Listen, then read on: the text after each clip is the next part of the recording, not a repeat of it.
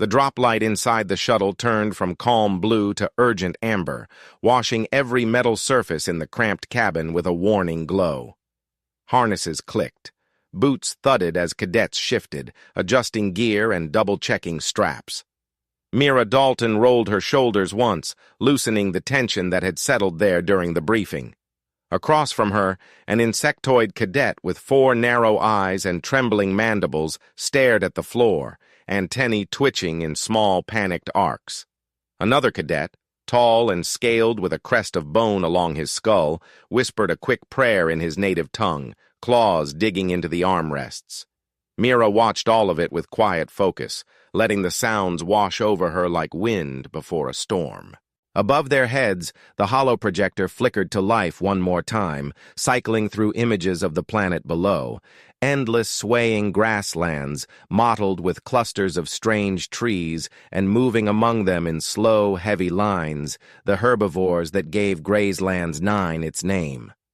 Massive, thick-bodied creatures with pillar legs and backs like rounded hills. Some carried horned heads the size of escape pods. Others had long whip-like tails or crest ridges that shimmered with color. Every species in the slideshow had one line stamped boldly beneath it. Caution. Unpredictable. Last reminder, the shuttle's instructor said, voice crackling through the cabin speakers. Commander Rin Halleck was a broad-shouldered saurian with faded academy insignia and a permanent frown carved into his scaled face. This is a live environment exercise. You will be dropped without weapons and with limited supplies. Herbivores on Grayslands 9 are not domesticated. They trample, crush, and defend territory. You will treat them as potential hazards at all times. The insectoid cadet raised one shaky limb. Commander, are there carnivores present? Halleck's slit pupils narrowed. Not in this sector. You should be relieved. The herbivores can still kill you just fine. Nervous laughter scattered thinly through the cabin. The tall, scaled cadet's crest flattened. A soft, mechanical chime signaled that the shuttle had begun final descent. The floor vibrated under Mira's boots, a low, familiar tremor. She had felt it on dozens of simulated drops, but this was the first graded survival test on an actual alien world. The air inside the cabin tasted of metal, recycled oxygen, and the faint ozone scent that followed Halleck everywhere, like he somehow carried storms in his uniform pockets. Mira exhaled slowly, long and steady. In her mind, she walked through the checklist she had built privately, the one that went far beyond the Academy's standard survival protocol. Shelter, water, food, fire or heat substitute, safe perimeter. But here, there was an added factor, the giants, the herbivores. She thought of them not as hazards, but as variables that could be studied, understood, and maybe even worked with.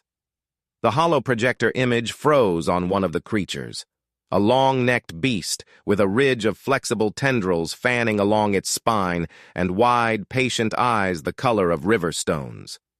The cadets around her flinched instinctively as the image zoomed in on its massive hooves, each one larger than a human torso.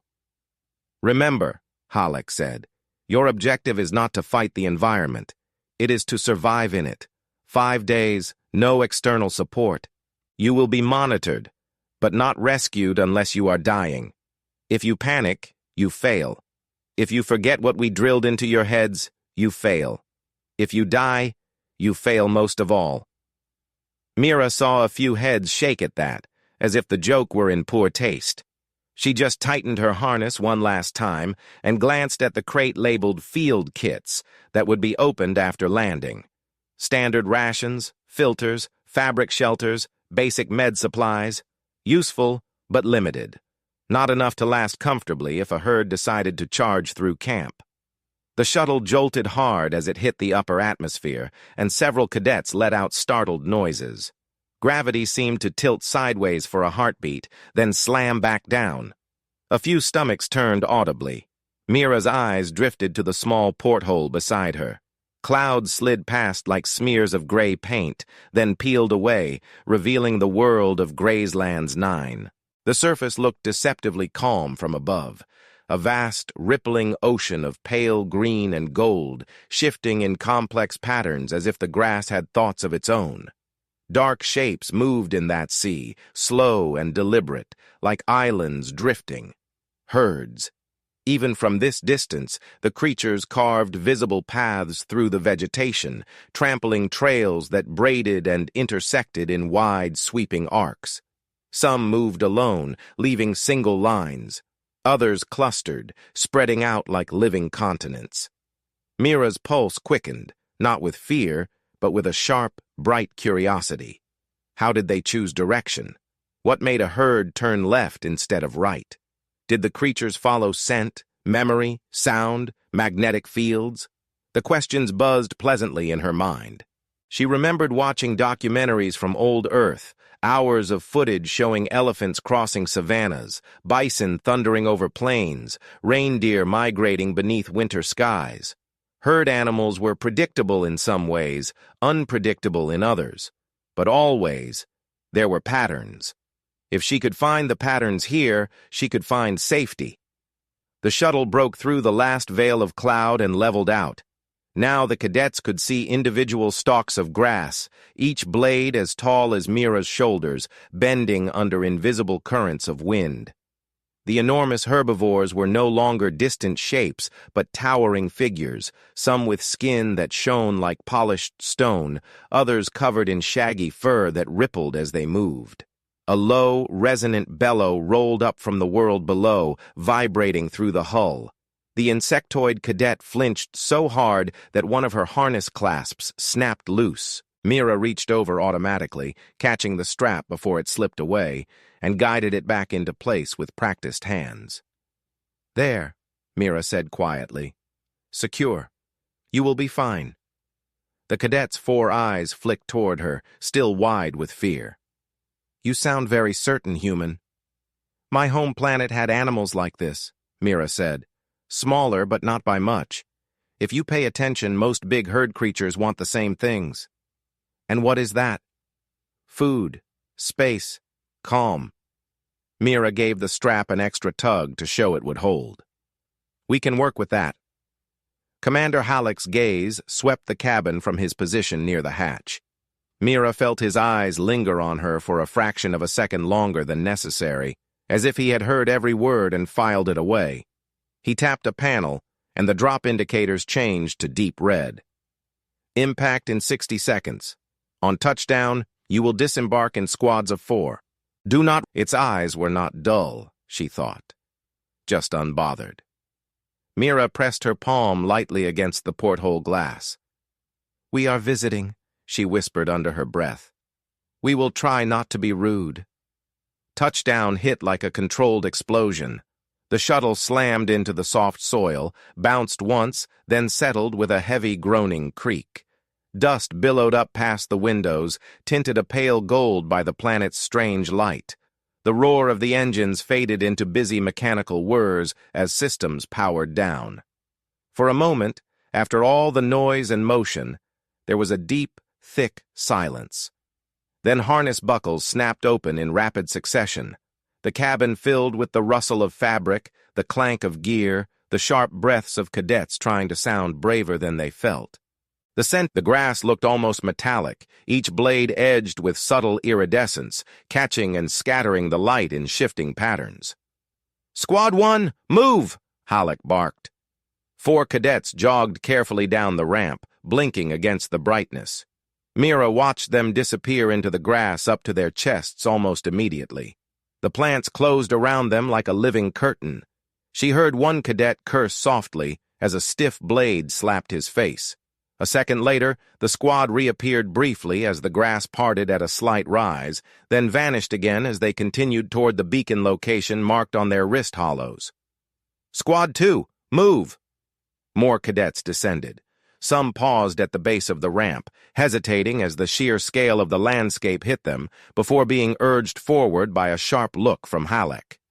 The insectoid cadet from earlier was called forward with Squad 3. She glanced back once at Mira as she passed, mandibles tightening in a gesture Mira now recognized as determination.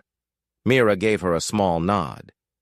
"You will be fine," Mira repeated, but this time the words were carried on open air instead of recycled oxygen. Finally, Halleck called Mira's squad. She rose smoothly, slung her small personal pack over one shoulder, and joined 3 other cadets at the hatch. One was the tall, scaled cadet with the bone crest, one a compact, furred being with keen, dark eyes, and one a pale, almost translucent amphibian whose skin shimmered faintly with internal bioluminescence. Each carried the standard Academy confidence like a shield, cracked slightly now that the unknown lay only a few steps away. "Remember your training," Halleck said, voice lower now, less for the whole cabin and more for those at the threshold. "Remember the ground is never as empty as it looks. Watch for tracks, droppings, trampled paths. If something this big moves through an area regularly, you do not build there. Understand?" "Yes, Commander," the squad answered as one. Mira stepped onto the ramp. Warm air hit her face, carrying the rich smell of a living world. The sound swelled, insect calls so high they were almost inaudible, the brush of grass, the low murmur of distant herds. She walked down with measured steps, feeling the slight give of the soil beneath each bootfall. The grass at the base of the ramp reached her chest, cool against the fabric of her uniform as it brushed past. She stopped for a moment, letting the others move a few paces ahead. The cadets fanned out automatically, forming a loose wedge. The furred cadet immediately swatted at a wandering insect and cursed. The scaled cadet scanned the horizon, crest lifting slowly as he took in the vastness. The amphibian cadet blinked rapidly, inner eyelids flicking down against the light. Mira closed her eyes, listened. There. Faint vibrations through the soles of her boots, distinct from the tremors of the shuttle's cooling systems. Something heavy walking, far off, but moving in a steady rhythm. She opened her eyes and looked toward the source. Over the grass crest of a nearby rise, a silhouette emerged. The long-necked creature from the briefing, tendrils along its spine swaying gently. Its foot descended with deliberate grace, pressing the earth down in a slow, careful step. The ground thumped under the impact, a soft, deep pulse that rolled through the soil and up Mira's legs. The cadets beside her froze. "Move away!" the scaled cadet hissed. "We should not be near that thing." "We are not near it," Mira said calmly. "Yet." She watched the creature's path. It did not head straight for the shuttle or the beacon coordinates. Instead, it followed a curve, tracing a shallow arc that skirted a cluster of tall, reddish shrubs. Around its feet, the grass lay flattened in clear tracks, older paths overlapping newer ones in a braided pattern. The creature's head swung lazily from side to side, not in agitation, but in a gentle search for the next mouthful. "See that?" Mira said, pointing not at the creature itself, but at the paths etched in the grass. "That is regular movement, a route. There will be more like it. If we map where these paths cross and where they avoid, we will know where to build and where not to." The amphibian cadet glanced between her and the giant, throat sac pulsing faintly. "You speak as if you have already lived here for weeks." "No," Mira said, "but I have watched enough old Earth herds on screens. Big creatures are efficient. They do not waste energy climbing unnecessary hills or crashing through obstacles. They choose routes that work. Those routes will never be safe for us, but the places those routes avoid might be." The scaled cadet gave her a skeptical look, crest angling sideways. "You intend to predict the paths of mindless grass-eaters in 5 days?" Mira's mouth curved in a small smile. "No. I intend to learn enough to not stand where they prefer to walk." Behind them, the shuttle's engines emitted a last hissing sigh as systems went fully offline. The ramp began to retract, signaling that the exercise was truly begun. No more metal walls, no more easy exits. Only the grassland, the sky, and the slow thunder of unseen footsteps. Mira turned toward the beacon coordinates glowing on her wrist display, then looked over the grass one more time. The wind shifted, carrying a new scent, damp soil, crushed leaves, and something warm and musky that could only belong to one of the giants. It was not unpleasant, just enormous. Alive. She inhaled deeply, committing it to memory. "Come on," she said to her squad, stepping forward into the sea of grass. "The sooner we see where the herds walk, the sooner we find where they do not, and that is where we start to make this place home." As she moved, the grass parted around her, and Graysland's 9 accepted one more small, determined creature into its vast, shifting heart. The grass closed behind the squad as the 4 cadets pushed deeper into the grazing plains. But by the time Mira had taken a dozen steps, the others were already moving with the tense, jerky energy of students who believed danger hid behind every blade. The scaled cadet, Jorvek, kept glancing over his shoulder as if expecting the long-necked beast to change its path and charge after them. The furred cadet, Sela, flicked her ears in every direction, reacting to every rustle, every insect buzz, every shift of wind. The amphibian cadet, Luro, moved almost silently, but the constant tremor in his throat sac betrayed how overwhelmed he felt by the sheer size of the world around them.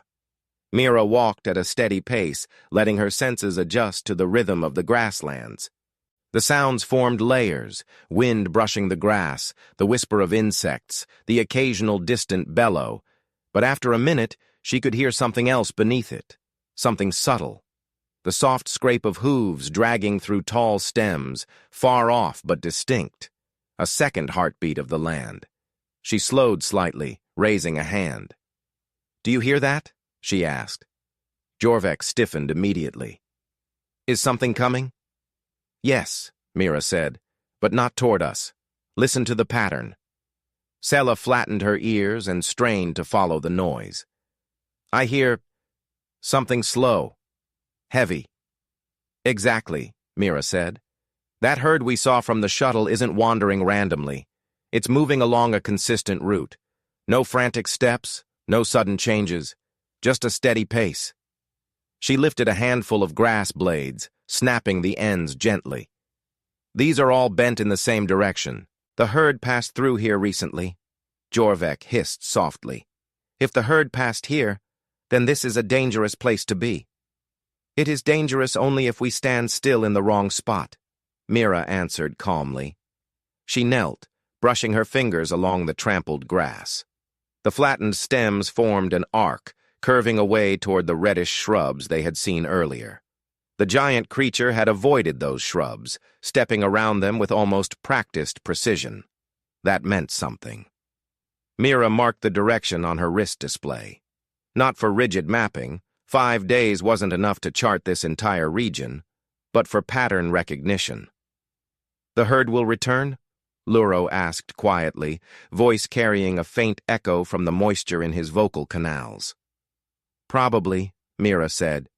"Most herbivores move in cycles. If we learn their rhythm, we know the safest places to walk. And later, maybe the safest places to rest." Jorvek muttered something under his breath about suicidal humans, but he followed when Mira continued forward. The beacon's coordinates blinked periodically on her display, guiding them toward a slight rise where the academy would have dropped the supplies. The grass thickened as they moved uphill, brushing Mira's shoulders and then her chin. She had to raise her arms to part the densest sections, feeling the smooth blades slide across her sleeves. The air grew warmer, too, gathering heat from the soil and the sun's diffuse light. Mira's steps slowed again, not from caution this time, but from deliberate observation. Graysland's 9 was not Earth, but there were similarities in how living systems behaved. Every movement of wind, every sound from the herds, every shift in the grass had meaning if she paid attention long enough. She paused when she spotted a cluster of plants that looked different from the rest. Their stems were shorter, thick and segmented, with round pods growing in rows. Sela moved closer and sniffed one cautiously. "Edible?" the furred cadet asked. "Unknown," Mira said. "We don't taste anything yet. We don't touch unknown sap either." Luro tilted his head. "You recognize this type?" It reminds me of desert beans on Earth, Mira said. But similarity doesn't guarantee safety. For now, we just note it. She marked the point on her map, then stood. Behind the small cluster of plants, the soil looked disturbed. Fresh tracks, not from the long-necked grazer, but from another species. Mira traced the marks with her fingers, then exhaled softly. Square hoofprints, she murmured. Small herd animal, probably no taller than my waist. Jorvik looked doubtful. You can tell that from a print? Mira nodded. The depth shows weight, and the size shows scale. Herbivores of this size are less dangerous, but they tend to attract predators in other regions. She straightened and scanned the horizon. Here we don't have predators, but we still need to understand how different species interact. Sella tapped her clawed fingers together in agitation.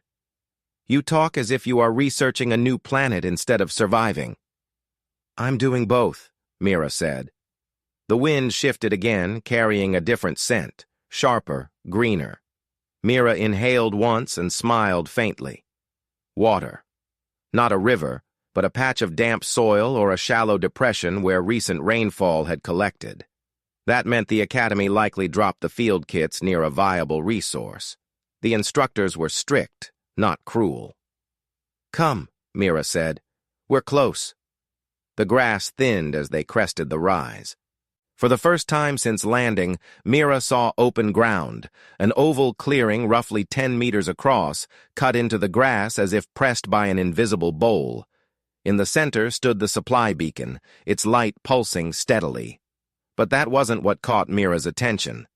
What caught her attention were the shapes standing at the far edge of the clearing. 3 herbivores, smaller than the giants they had seen earlier, lifted their heads as the squad emerged. Their bodies were rounded, covered in shaggy coats of pale fur with streaks of amber.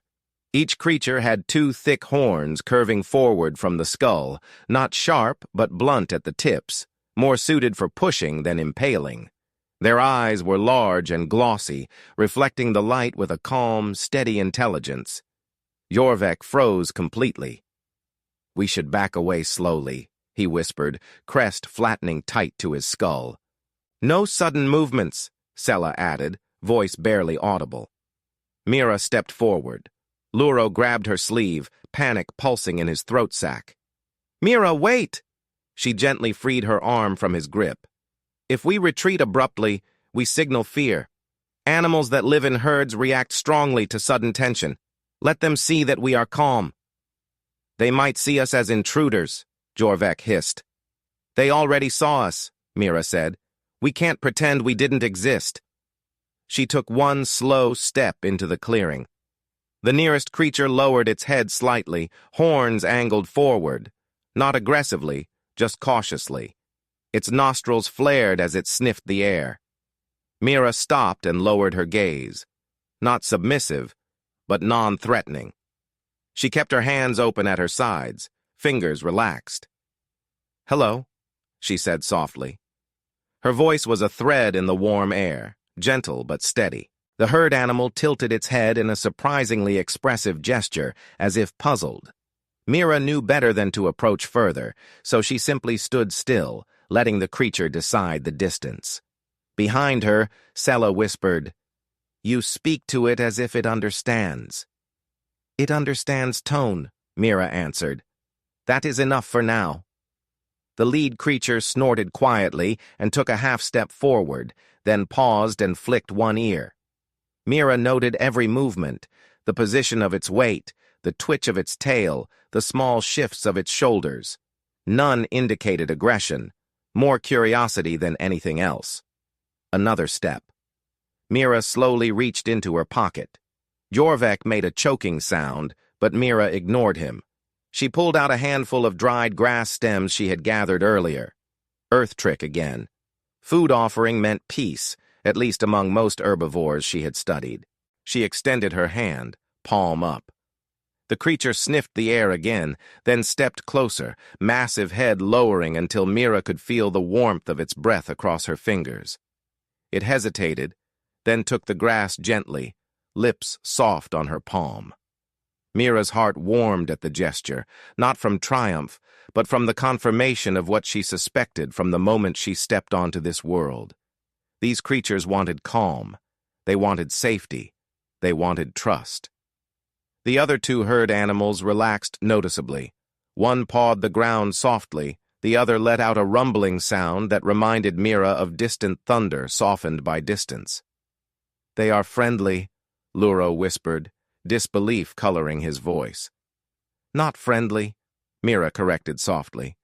"They are calm. That is the foundation." Sela exhaled shakily. "What do we do now?" "Now?" Mira said with a small smile. "Now we give them space and collect our supplies." She stepped back slowly. The creature lifted its head but did not follow. Instead, it turned away, nudging the other two as if signaling that the strange newcomers posed no threat. Mira approached the beacon, opened the nearest supply crate, and began handing out the standard kits. Luro accepted his pack with shaking hands, still glancing back at the herd. "They could have trampled us," he said. "Yes," Mira agreed, tying her pack to her belt. "Or they could choose not to." Jorvik frowned. "Why?" "Because we gave them no reason to be afraid," Mira said. "Fear is what makes large animals dangerous. Remove fear, and you remove most of the risk." Sela looked at her with a mix of awe and bewilderment. "How do you stay so calm?" Mira's smile softened. "Because calm is how we survive here. Panic makes everything worse." She adjusted her straps, took a slow breath, and turned toward the waving expanse of grasslands. The plan was forming in her mind. Paths to observe, plants to study, routes to avoid, places that could become safe zones. The herbivores were not obstacles. They were guides, and if she could read them well enough, the entire plain would begin revealing its secrets. "Come on," Mira said. "Let's start learning how this land thinks." And with that, she led the squad deeper into the grazing world, calm, observant, and already far more at home than any instructor had predicted. Mira moved deeper into the grasslands with her squad walking several paces behind her, still shaken by how easily she interacted with the shaggy herbivores near the supply beacon. The warm light of Grazelands 9 had shifted slightly, deepening into a softer hue that hinted the day was progressing faster than the cadets realized. This planet did not follow Earth's cycle exactly. The sun's wide arc created long stretches of brightness with barely a pause in between. Mira felt the subtle shift of the air against her skin, a faint cooling beneath the constant warmth, and knew it was time to start building something stable before the next temperature change. She scanned the landscape with the steady thoroughness that had carried her through every challenge so far. The grass rippled like an endless sea, hiding both resources and dangers. The herd patterns she had observed earlier were becoming clearer with every step. Large creatures favored the open lanes where the grass already lay trampled. Smaller animals tended to skirt the edges of those paths, nibbling on softer shoots that had regrown in partial shade. There were small arcs of flattened vegetation that indicated resting spots, and distinct crescent shapes that suggested areas where creatures had lain down in groups. Mira traced one of those arcs with her boot, then pointed toward a spot where the grass stood unnaturally tall, its blades thicker and richer in color. "There," she said. "That patch grew too well. Something fertilized this soil." Sela wrinkled her nose. "You mean droppings?" "Yes," Mira said. "But old. Weeks old, maybe more. That means large herbivores don't rest here anymore. Too overgrown." Jorvik narrowed his eyes. "So it is safe?" "As long as the creatures do not change their routine," Mira replied. "We stay observant." Luro rubbed his palms nervously. "If we build anything here, can the herd still come unexpectedly?" "Yes," Mira said, "but the risk is lower." She led the squad around the tall patch and into a dip between two gentle rises. This spot held promise. The ground sloped slightly downward, gathering moisture without becoming muddy. The grass thinned around the center, revealing dark, rich soil beneath. A few clumps of different plants grew there, broad-leafed herbs that trembled when touched, and thicker stems that held small, bulb-like growths. Mira crouched, brushing the leaves with careful fingers. "These grow only where the soil is good," she said. "If we can protect this spot, I can start a small garden." Jorvek blinked in disbelief. "You intend to farm? In 5 days?" "Not a full farm," Mira said with a calm smile, "but enough to have fresh food, water-rich stems, maybe even medicinal herbs. Small things that make survival easier." Sela tilted her head. "But the herbivores will eat everything." "Not if we use plants they dislike," Mira answered. "That bitter root we passed earlier, the herd avoids it. Its oil can be used as a natural repellent." Luro shifted closer. "You know how to make such things?" "Yes," Mira said. "Earth had ancient methods for this. Gardens protected by scent, by texture, by elevation."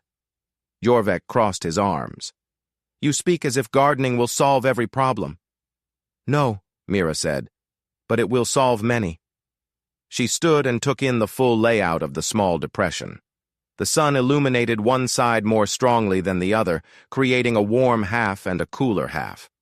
The slope toward the south caught more wind, producing natural ventilation.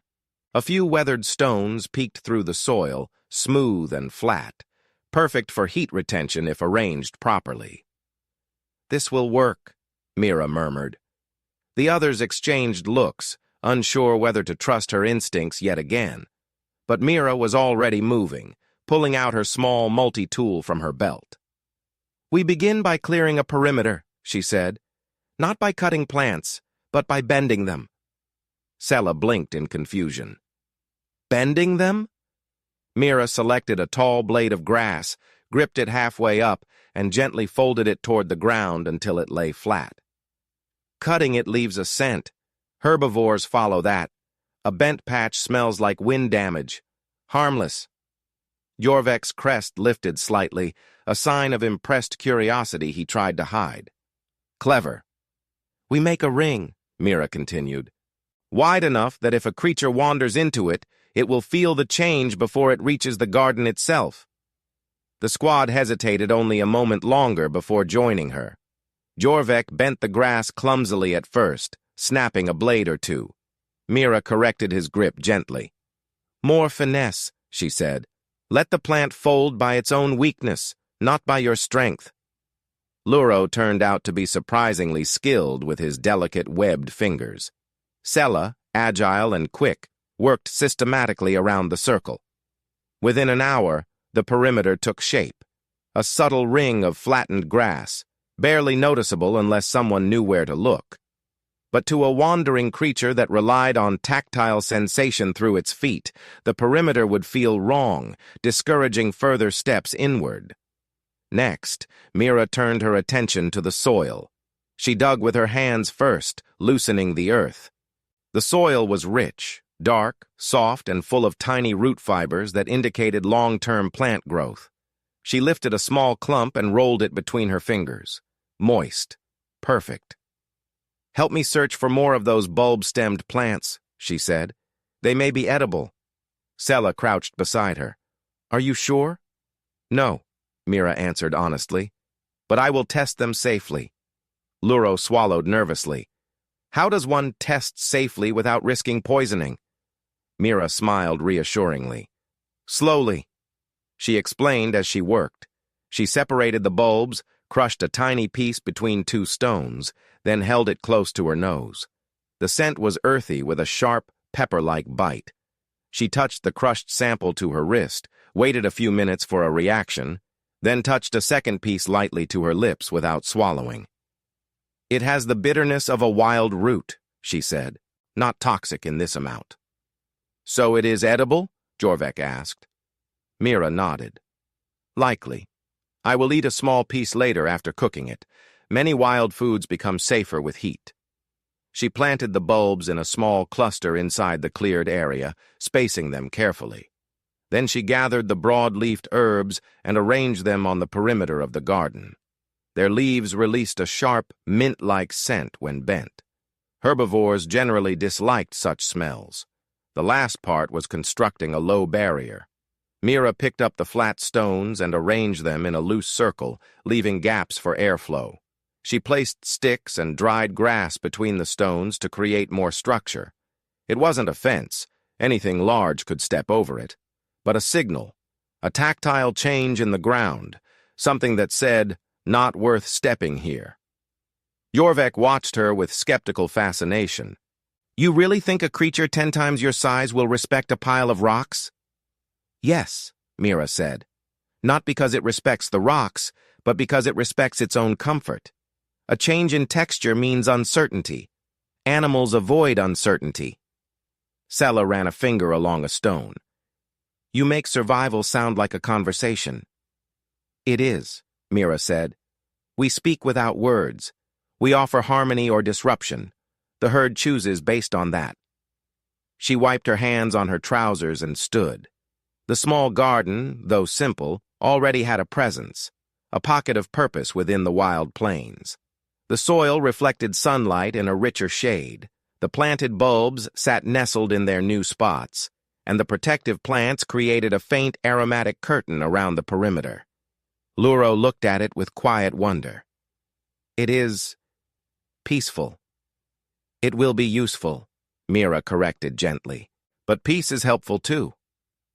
The sun shifted again, casting longer lines of shadow across the grass. Mira squinted at the horizon, not with concern, but with calculation.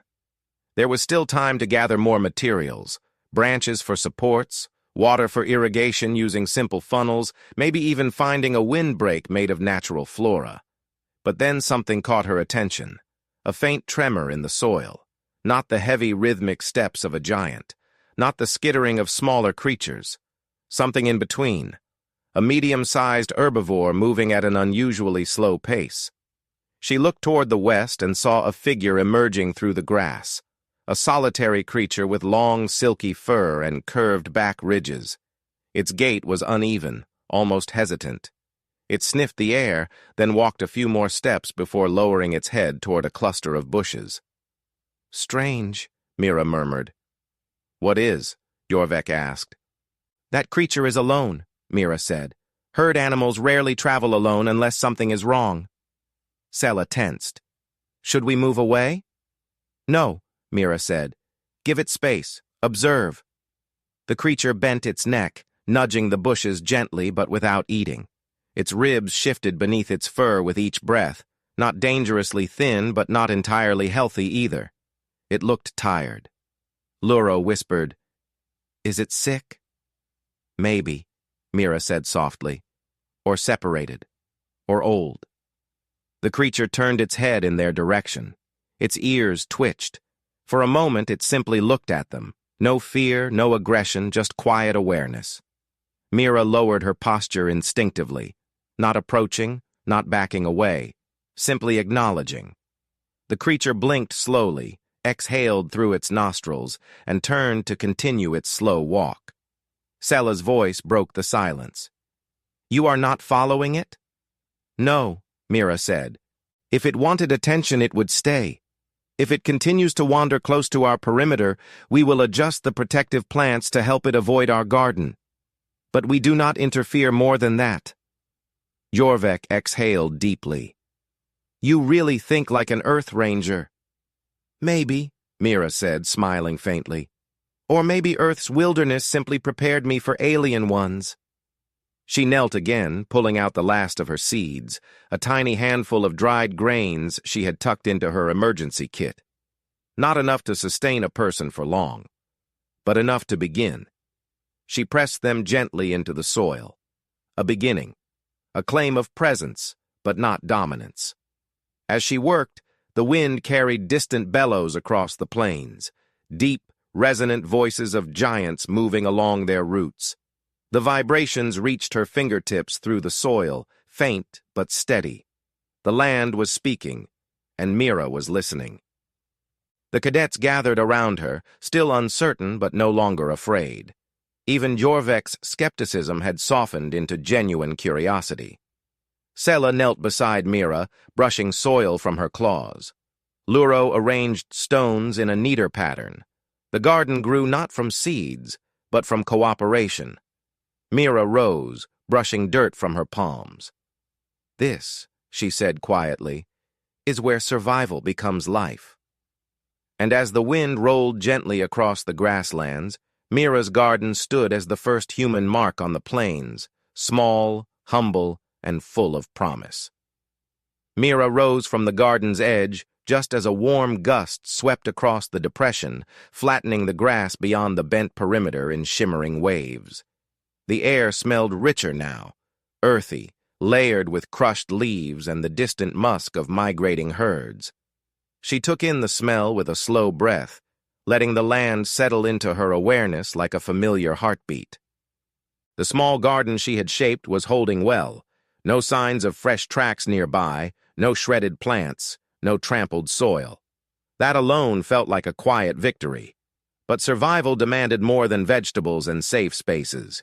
If she wanted to complete the exercise with something stronger than bare endurance, she needed sustained nourishment and, ideally, companionship, both for safety and for the mental strength that came from connection.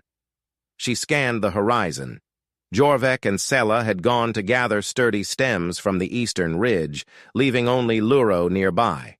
The amphibian cadet was crouched near the stones, inspecting one of the broad-leafed herbs Mira had planted earlier. He held the leaf delicately between his fingers, as if afraid to damage it. "It really smells sharp," he murmured. "Herbivores dislike this?" "Yes," Mira said, stepping closer. "Strong smells confuse animals that rely on subtle scent markers to identify safe spaces. The less familiar a scent is, the more caution it triggers." Luro nodded and lifted the leaf to his nose with clear fascination. Then his throat sac fluttered anxiously. "We will need water soon," he said. The beacon crates had only a small supply.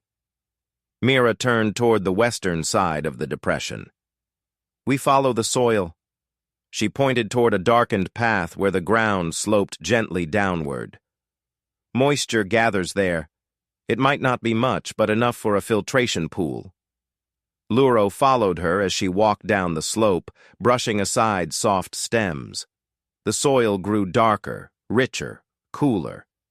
When she pressed her fingers into it, the earth held shape. "Water is close," she said. "Probably beneath the top layer." She knelt, dug her hands into the soil, and scooped it aside.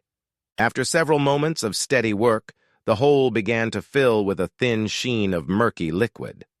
Luro crouched beside her, eyes widening. "It is here?" "Yes. Now we make it usable."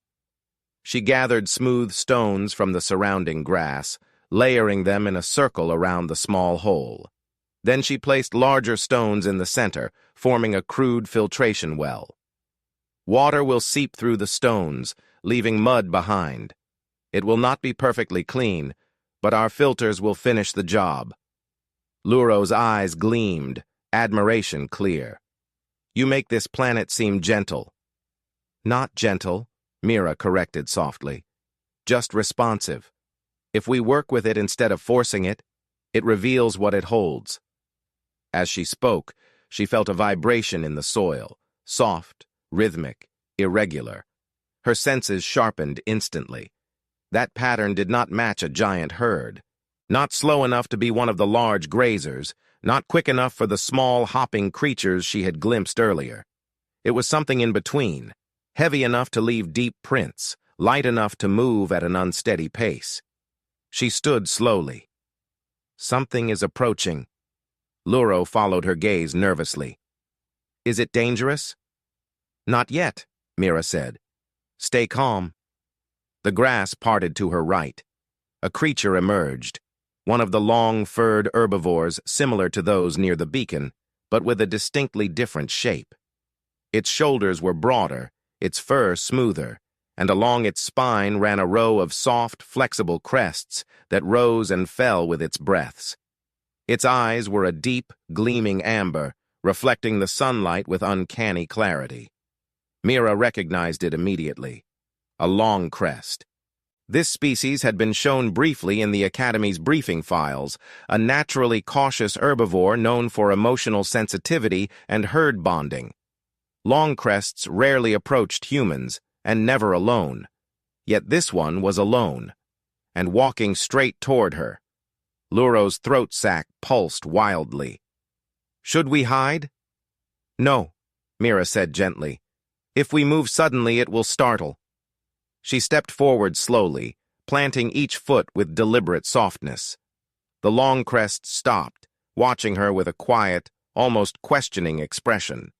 The creature shifted its weight from one foot to the other. Its fur shimmered in the breeze, but its ears remained forward, alert, curious, not distressed. Mira lowered her gaze and her posture, not kneeling completely but presenting herself as non-threatening. "Hello again," she whispered, though she had never met this specific creature before. "You look tired." The Longcrest blinked slowly, a communication gesture among herd animals. Mira extended her hand, palm up but still at chest height, not forward enough to invade its space. The creature inhaled deeply, nostrils expanding. Then it stepped closer, closing the distance with a level of trust she had not expected so soon. "It remembers your calm energy," Luro whispered behind her. "Animals sense such things." Mira smiled faintly. "Or perhaps it simply wants company." The Longcrest lowered its head until its muzzle hovered inches above her palm. Mira resisted the urge to touch its fur. She let the creature initiate contact. After a few seconds, it nudged her hand gently, testing. Mira moved her fingers slowly along its muzzle, brushing the soft fur there. The Longcrest exhaled, a warm breath that washed over her wrist. Then, unexpectedly, it stepped forward and pressed its forehead lightly against her shoulder. Luro gasped. "It is bonding with you." "Not bonding," Mira corrected softly. "Seeking reassurance." She placed her other hand on the creature's neck, moving with careful, slow strokes. The Longcrest shivered once, then relaxed visibly. Its curved ridges glowed faintly in a soft ripple of light. The species was known for bioluminescent skin beneath its fur that responded to emotional states. Calm, soft gold; trust, warm amber; fear, cold blue. Right now, a gentle amber radiated across its back. Mira felt warmth bloom in her chest. "You are safe," she whispered. The Longcrest lifted its head and nudged her shoulder again, this time with more intent. It stepped sideways, positioning itself slightly between Mira and the open grassland. A protective gesture. Luro whispered, "It is guarding you."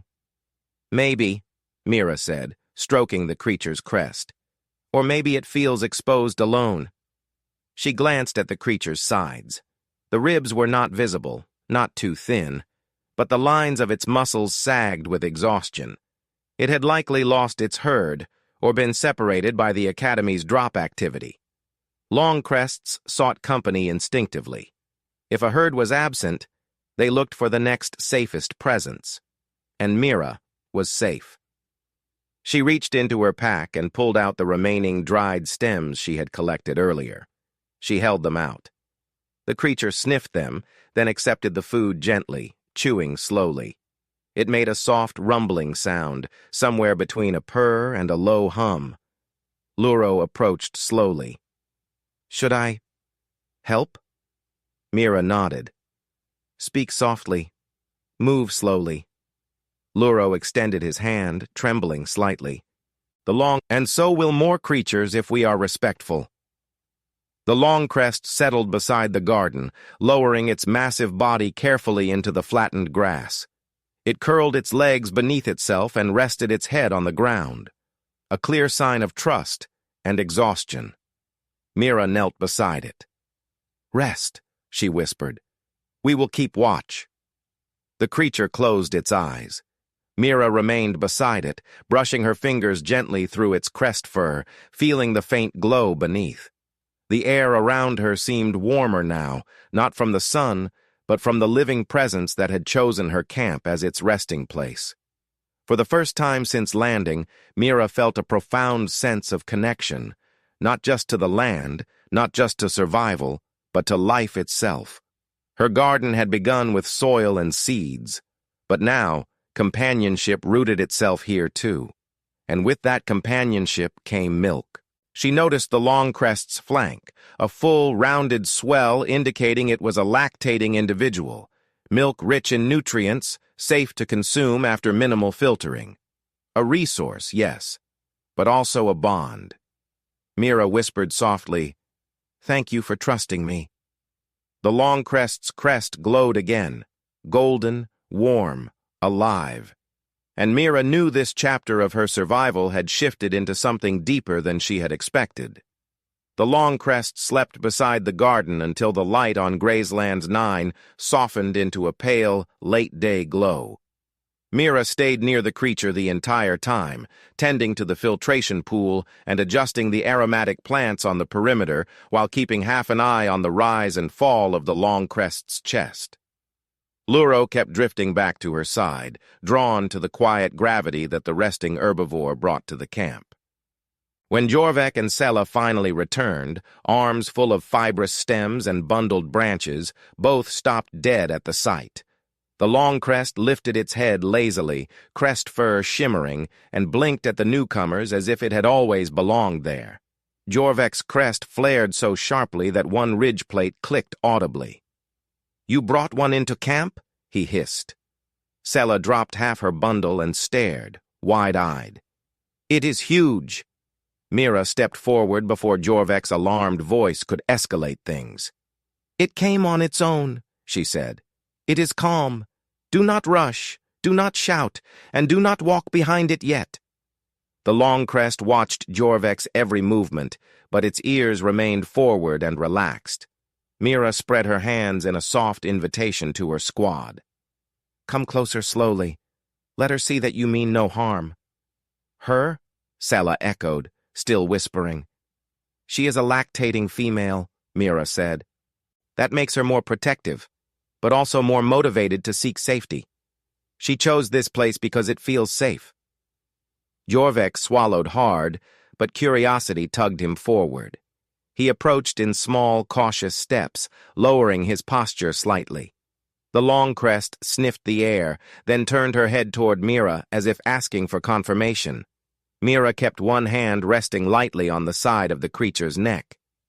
"He is with me," she said softly. "He will be gentle." Jorvek extended his scaled fingers. The longcrest leaned forward, breathed over his palm, then accepted his presence with a quiet huff. Sela edged closer after that, ears pressed back in nervous excitement. Within a few minutes, the entire squad stood within arm's reach of the longcrest. By the end of the hour, Sela's fingers had vanished into the creature's thick crest fur, and Luro sat cross-legged near her shoulder, eyes half-lidded in contentment as he traced the faint glowing lines along her back. The sun dipped lower, casting long shadows across the grasslands. Mira's awareness shifted from the immediate to the necessary. Food, water, shelter, and now a new possibility. "We will need to know if we can use her milk," Mira said at last. Jorvek pulled his hand back instantly. "Milk? You want to take nutrients from that creature?" "Gently," Mira said. "In partnership, not force. Herd mammals often allow it if trust is strong. It will provide protein and fat our rations lack." She moved toward the longcrest's side, watching for any sign of resistance. The creature flicked one ear but did not shift away. Mira spoke to her in a low, soothing voice. "Just a little, all right? Enough to help us. We will not harm you." Mira's field kit included a collapsible container and a soft tube siphon designed for emergency medical use. She improvised, warming the tube briefly in her hands so that it would not shock the longcrest's skin. With patient movements, she positioned herself beside the creature's flank. When she touched the sensitive area, the longcrest tensed for a moment. Mira paused, waited for the muscles to settle, then continued only when the creature exhaled slowly. The first trickle of milk was thick, creamy, and faintly luminescent. Luro watched with reverent fascination. "It looks like liquid light," he murmured. It looks like something the Academy nutritionist would ban for being too rich, Sella added, though her voice held a hungry edge. Mira filled only half the container, then stopped and stroked the long crest's neck again. "Thank you," she whispered. The creature's crest glowed warm amber in response. Back at the center of camp, Mira diluted the milk with filtered water and warmed the mixture slightly by placing the container on a sun-heated stone. When she passed small portions around, each cadet hesitated, then drank. Jorvik blinked in surprise. "This is incredibly good." "It tastes like sweet grain and nuts," Sella said, licking a trace from her furred knuckles. Luro held the cup close to his face. "My body is already trying to adapt the nutrient profile. This will help with fatigue." Mira took her own sip last. The flavor hit her tongue like something simultaneously alien and familiar. For a heartbeat, she was back on Earth, remembering stories of ancient herders who survived entire seasons on milk and roots. She swallowed and felt the warmth spread down her throat and into her chest. "We will not take from her every day," she said. "Only when she is calm, and only enough to support us. If she shows distress, we stop." Jorvik's crest had lowered into a thoughtful angle. "You have turned a wild animal into an ally," he said slowly. "You built a garden in a hostile grazing field, and now you have a living shield." Mira glanced at the long crest, who had settled herself partially facing the open plains, half facing the camp. "I did not turn her into anything. She was always this. We simply gave her a reason to stay." The next days unfolded with a rhythm that surprised even Mira. Dawn brought cool air and subtle mists that clung to the low spots in the grass. The long crest, whom Sella quietly dubbed Amber, started each day with a slow patrol around the depression. She walked the bent perimeter, sniffed the protective plants, and occasionally snorted at distant shapes that came too close. Smaller herbivores quickly learned to skirt the camp. Once, a bulky, horned grazer wandered toward the garden, distracted by a patch of lush stems. Amber lowered her head, stepped forward with deliberate authority, and emitted a deep, vibrating call that trembled through the soil. The intruder froze, reconsidered, and then wandered away, chewing moodily on inferior grass instead. Jorvik watched this with wide eyes. "She is patrolling," he said, "actively." "Herd security instinct," Mira answered. "We are part of her safe zone now.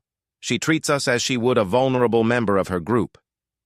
Between patrols and rest, Amber allowed Mira to milk her roughly once per cycle, always on the same side, always with pauses so that the process remained comfortable. The milk, combined with garden roots and ration supplements, lifted the squad's energy far above what the Academy had projected. Luro's movements became less jittery. Sella joked more. Jorvik's skeptical remarks softened into thoughtful questions. Word spread. Other squads, struggling with constant herd disruptions and shelter failures, began to notice the peculiar calm around Mira's camp. Over the ridge one afternoon, a trio of cadets approached, mud-splattered and exhausted. One limped slightly. Amber lifted her head, ears pricking, but Mira raised a hand. "Friends," she called out, "walk slowly. Stay in sight." The newcomers complied, drawn like magnets to the sight of a human tending a small garden under the watchful gaze of an immense herbivore. The limping cadet, an avian-featured alien with sleek dark feathers along her arms, stared at Amber with open disbelief. Someone joked that her garden felt more like a village square than a survival camp. Mira did not disagree. During the last night, the sky over Grayslands 9 shone with a diffuse halo of reflected light from the planet's thin upper atmosphere. Mira lay with her back against Amber's warm flank, staring upward. The long crest's slow breathing rose and fell against her shoulders. Sella slept on the other side, one hand buried in the creature's fur. Jorvik leaned against a stone outcropping, half awake, listening for distant disturbances. Luro, who never truly slept deeply due to his physiology, sat cross-legged near the water pit, humming a low, bubbling tune that matched the rhythm of the Longcrest's breaths. Mira closed her eyes and listened to the layered sounds of a world that no longer felt alien. Grass hissing in the wind, distant hooves, Amber's soft rumble, the quiet snorkeling of small burrowing animals under the soil. She felt no fear, no frantic urgency to endure until pickup. Instead, a strange sadness touched her chest. She had turned a drop zone into a temporary home, and in the morning, instructors would come to judge the results. Dawn arrived with a pale gold wash over the plains. Mira rose before the others and moved through the camp in silence, checking each plant, each stone, each tool. Amber followed her like a shadow, nudging her shoulder once when she paused too long near the perimeter. "I know," Mira murmured. "Today changes everything." The first hint of the shuttle came not as sound, but as a faint trembling in the air. Amber stiffened, then relaxed as the vibration remained constant and non-threatening. Mira shaded her eyes and watched the craft descend in the distance, leaving a swirling wake in the high grass as its thrusters scattered seeds and stalk fragments. When the shuttle set down on a nearby rise, a ramp dropped. Commander Halleck emerged with 2 assistant instructors at his sides. He scanned the area, jaw tight, then began walking toward the camp. The instructors moved with the cautious confidence of experienced field officers, but all 3 slowed when Amber came into full view. The Longcrest stood tall at the edge of the depression, crest fur catching the light, body forming a living wall between the instructors and the cadets, who were now rousing from rest. For a heartbeat, the entire scene held its breath. Mira stepped forward until she stood slightly ahead of Amber's shoulder. Her posture was relaxed, hands empty and clearly visible. "Commander," she called out, "welcome to camp." Halleck's gaze swept across Amber, the garden, the improvised filtration pool, the relaxed but alert cadets, and the subtle ring of bent grass that marked the perimeter. His eyes hardened, then softened, then narrowed without hostility, only intense analysis. "Report, Cadet Dalton," he said. His voice carried across the grass with practiced projection. Mira did not salute. Field conditions did not demand ceremony that risked startling a protective herbivore. She inclined her head instead. 5 days completed. 0 injuries in this squad. Minimal ration depletion due to supplemental plant sources and Longcrest milk. Herd interactions controlled through path observation, perimeter design, and nonverbal signaling. Camp stable. One of the assistant instructors muttered something under his breath, no doubt about the phrase Longcrest milk, but Halleck raised a hand and silenced him immediately. "Explain this," he said, nodding toward Amber. Mira laid a hand gently on the Longcrest's neck. Amber's crest glowed faintly in response. "She came seeking safety," Mira said. "We provided it. In return, she provided presence, protection, and nutrition. We did not bind her. We did not cage her. We treated her as a partner." Halleck's eyes flicked to the cadets clustered behind Mira. Sella stood with her shoulders straight, one hand resting on Amber's flank, as if the creature were a living reassurance. Jorvek's crest had risen in a proud, almost defiant angle, as if he dared the commander to dismiss what had been built here. Luro looked tired but stronger, his bioluminescent skin pulsing with steady health. Halleck's gaze returned to Mira. "You turned a survival exercise into a cohabitation experiment," he said. "You were not instructed to domesticate local fauna." Mira shook her head. "I did not domesticate her. I adapted to her. The scenario required survival without technology. Alliance with the environment is the most human form of technology we have." For several long moments, Halleck said nothing. The wind pressed the grass in rolling sheets behind him. The shuttle gleamed like a metal scar on the natural landscape. Amber snorted softly, as if unimpressed by the tension. One of the other instructors finally stepped forward. He was a lean, sharp-featured humanoid with pale gray skin and steady, clinical eyes. "Commander," he said quietly. Other squads reported constant herd disruptions, shelter collapses, near tramplings. This camp had none. The Longcrest's presence likely deterred random incursions. Halleck grunted. "I noticed." He stepped closer, stopping a respectful distance from Amber. The Longcrest watched him, muscles tense but not rigid. Mira kept her hand on her neck, a quiet anchor. "Cadet Dalton," Halleck said, eyes never leaving the creature. "Do you understand what you have done to our evaluation metrics?" Mira hesitated. "Complicated them?" A faint, reluctant smile tugged at the edge of his mouth. "Correct." He turned, then, raising his voice so that the entire squad could hear. "The objective of this exercise was not to demonstrate physical dominance over a hostile environment. The objective was to demonstrate understanding. Most cadets treated this world as an enemy to avoid or force into submission. You, Cadet Dalton, treated it as a partner to negotiate with." Sella's ears tipped forward with pride. Jorvik's crest flared in a better posture than any salute. Luro let out a small, bubbling sound that might have been a quiet laugh. Halleck turned in a slow half-circle, taking in the garden, the water system, the perimeter, and the perfectly calm Longcrest sentinel that had chosen to rest at the center of it all. "Result," he continued. "You created the most stable camp in the exercise, provided support to multiple squads, and introduced a new potential protocol for future herbivore world deployments." He faced Mira fully. "The Academy will be rewriting parts of the survival manual because of this." Mira felt the words sink into her like warm rain sinking into soil. She glanced at Amber, who blinked placidly and breathed warm air over her shoulder. "Will she be left here?" Mira asked, voice quieter now. Halleck's expression softened just enough to reveal the experienced soldier beneath the stern instructor mask. "This is her world, Cadet. We do not uproot what is not ours."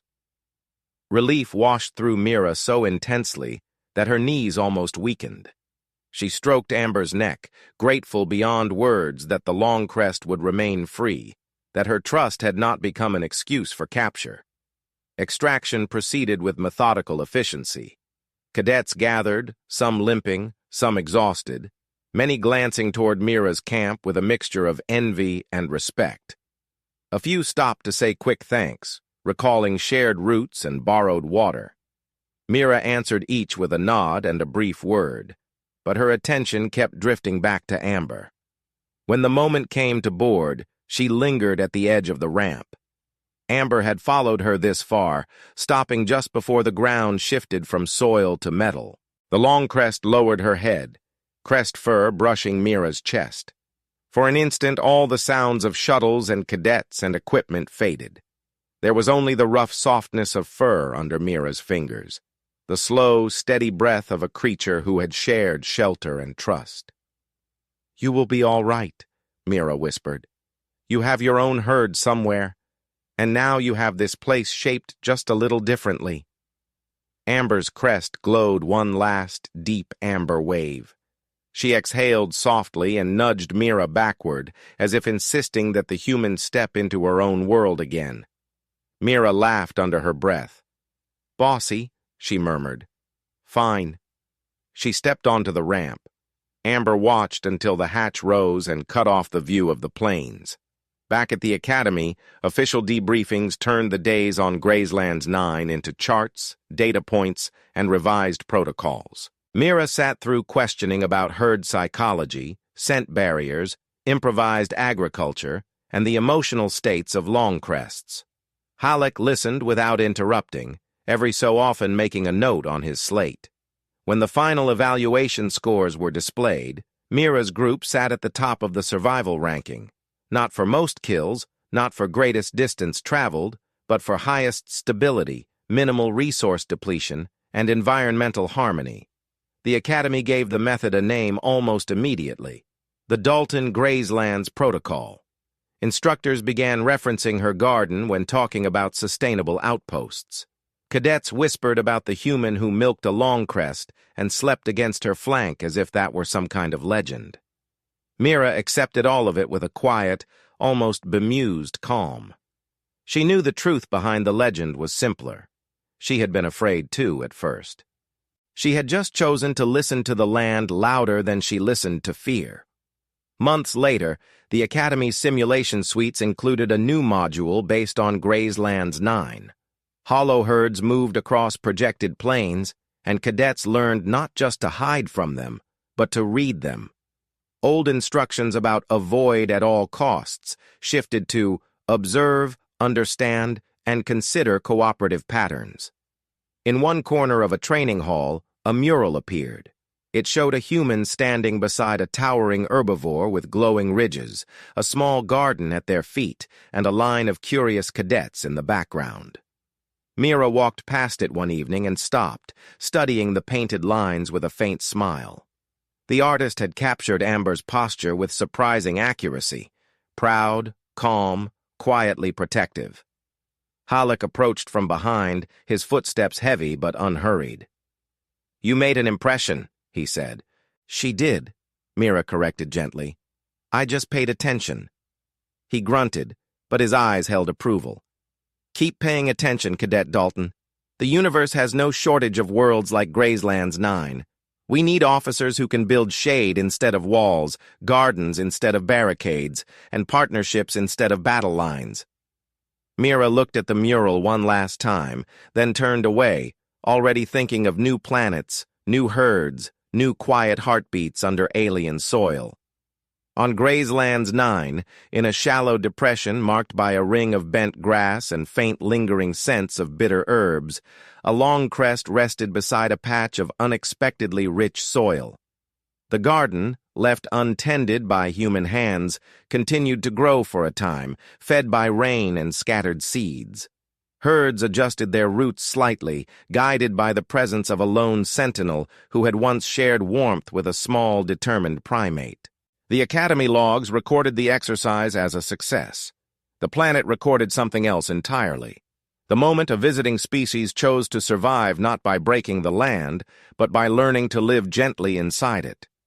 For Mira Dalton, that was the only ending that made sense. She had come to Graysland's 9 as one more cadet dropped into a field of wild herbivores. She left as the human who walked away with a memory of a garden, warm milk, and the steady breath of a giant companion who had taught her that courage was not always loud. Sometimes courage simply meant sitting still long enough to earn the trust of a world.